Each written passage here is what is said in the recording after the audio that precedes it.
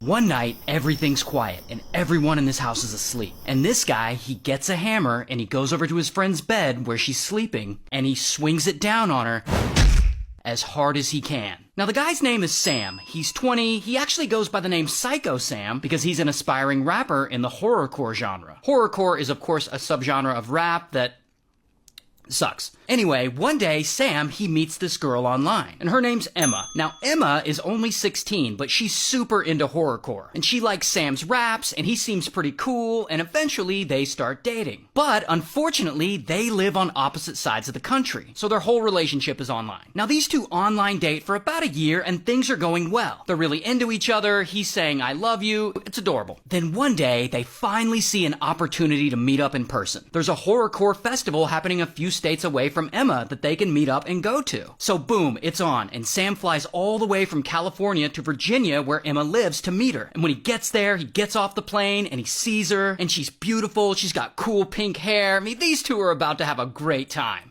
No, they're not, because the moment Emma sees Sam, she's very disappointed. But he's really different from his photos. He isn't actually this cool, badass, horrorcore rap guy. In reality, he's really shy and kind of immature, and honestly, she just doesn't find him very good looking. And she's polite and everything, but poor Sam. He knows she's disappointed. He can see it on her face. Regardless, from there, they go and they meet up with Emma's friend, who we'll call Sidekick. And then all three of them get ready to go to the show. Then Emma's mom and Emma's dad, who we'll just call Emma's mom and Emma's dad, they drive the three of them out to this horrorcore music festival. So they get to the festival, and the music's good, and a lot of their online friends are there, and Sam wants to spend time with Emma, but still, Emma's not really feeling him. And this is upsetting for Sam, and it's not long before they get into a fight. And I guess this fight is really bad, because Emma ends up breaking it off with Sam. And this just destroys him. He's devastated. So eventually the concert ends, and Emma's mom and dad drive them to Emma's mom's house. Then Emma's dad leaves because they don't actually live together. Emma's mom and dad are divorced. So now you got Sam, Emma, Sidekick, and Emma's mom all in this house. And Sam plans to stay a few more days, and then he's gonna fly back home. But, quietly, Sam has been stewing this whole time. So they all go to bed, and they're in separate rooms. And Sam, he's just lying there, and he's pissed off. I mean, he loves this girl, and now she wants nothing to do with him. And later, around 3 a.m., he's still up, and everyone else is asleep. And he gets up, and he searches the house, and he finds a ball-peen hammer. And then he creeps over to the couch where Sidekick is sleeping. He's so angry about the whole situation, he swings the hammer down on her, and it unalives her instantly, before she can even wake up. Then he goes upstairs where Emma's mom is sleeping, and he does the same thing to her.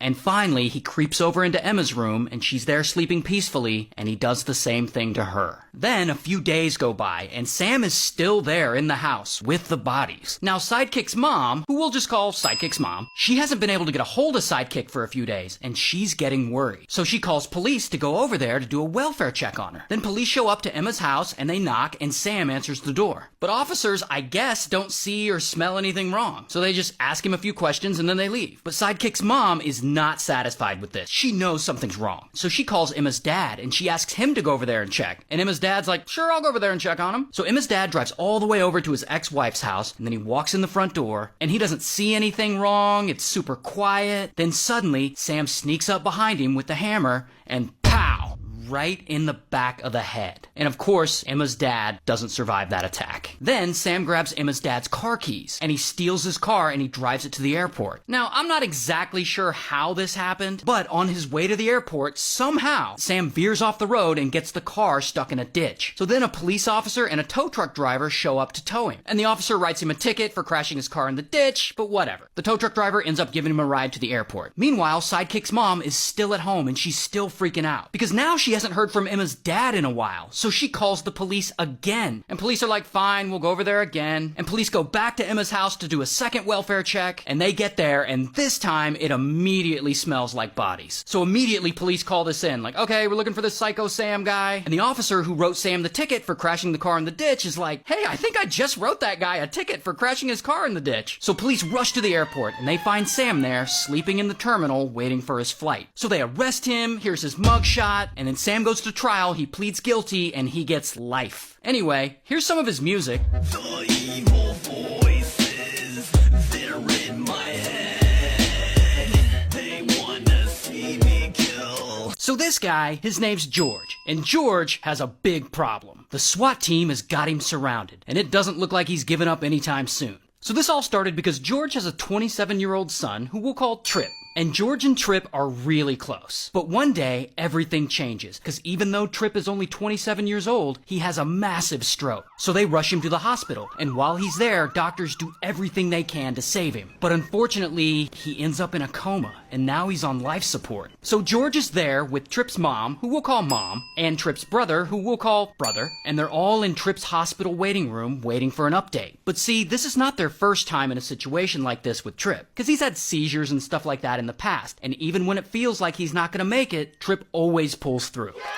Regardless, this time the doctors come in and they got some bad news. They tell Trip's family they've done everything they can, but unfortunately, Trip is brain dead, and they basically tell the family it's probably time to take him off life support. And the family is just torn up by this news, and Mom, with tears in her eyes, she agrees. But George is like, wait a minute, no way! Why are we being rushed into this? But Brother and Mom disagree. There is nothing that can be done, and they give the hospital permission to start taking him off life support. And George, here's the thing about George. George has been drinking, like, a lot. So he's a little more emotional than usual. And doctors assure him that Trip has no brain activity. And George is like, no, we've gone through similar things like this before. He's had seizures and stuff in the past, but he's always pulled through. Just freaking listen to me. And this escalates, and soon George is yelling at the doctors, he's yelling at the nurses. He says that if they'll just give him a few more hours, he'll be able to process all this and decide if it's really time to pull the plug or not. But no matter what he does, no one is listening to him. The hospital is moving forward, and there's nothing George can do. Until suddenly, out of nowhere, George pulls out a pew-pew and he points it at the doctors and he tells them to back away from his son. And naturally, everyone starts freaking out. Like, whoa, whoa, calm down, buddy. And one of the nurses calls 911. Hey, we need the police stat to the hospital. We have a family member with a gun. So George is there, drunk, waving his pew-pew around, threatening to unalive the staff. But then, out of nowhere, boom! Brother jumps on him, and they wrestle, and he manages to take the pew-pew out of his hand. But George is far from done. He looks at the whole room, and he's like, you think that's the only weapon I got? So everyone is like, okay, I don't get paid enough for this, and they all leave the room. And George immediately shuts the curtain around Trip's bed so no one can see what's going on. Then, because the nurse called 911, the SWAT team shows up, and they put the entire hospital in total lockdown. And they don't want this to get ugly, so they're basically like, George, please surrender. And George is like, nah. And the whole time, he's by Trip's side holding his hand. And this standoff goes on for hours, with the SWAT team just outside waiting because they don't want George to go crazy with whatever second weapon he has. Here's the thing though, George doesn't have a second weapon. He never had a second weapon. He just told everyone he did so he could buy Trip some more time. So they've been in this standoff for about 3 hours, and then suddenly, Trip squeezes George's hand. And George is like, whoa! He's not sure if he imagined it, so he tells his son to squeeze it again, and Trip does. And as you can imagine, George is overjoyed, like maybe Trip isn't brain dead. In fact, George is so happy, he immediately surrenders. And police arrest him, and here's his mugshot. So then George goes to trial, and he spends 11 months in prison. But here's the best part. Trip eventually wakes up, and he makes a full recovery. Last I read, he's fine now. He even went on TV and did an interview and talked about it. There was a law broken, but it was broken for all the right reasons. I'm here now because of it. And all this happened in Tomball, Texas, so shout out to Texas.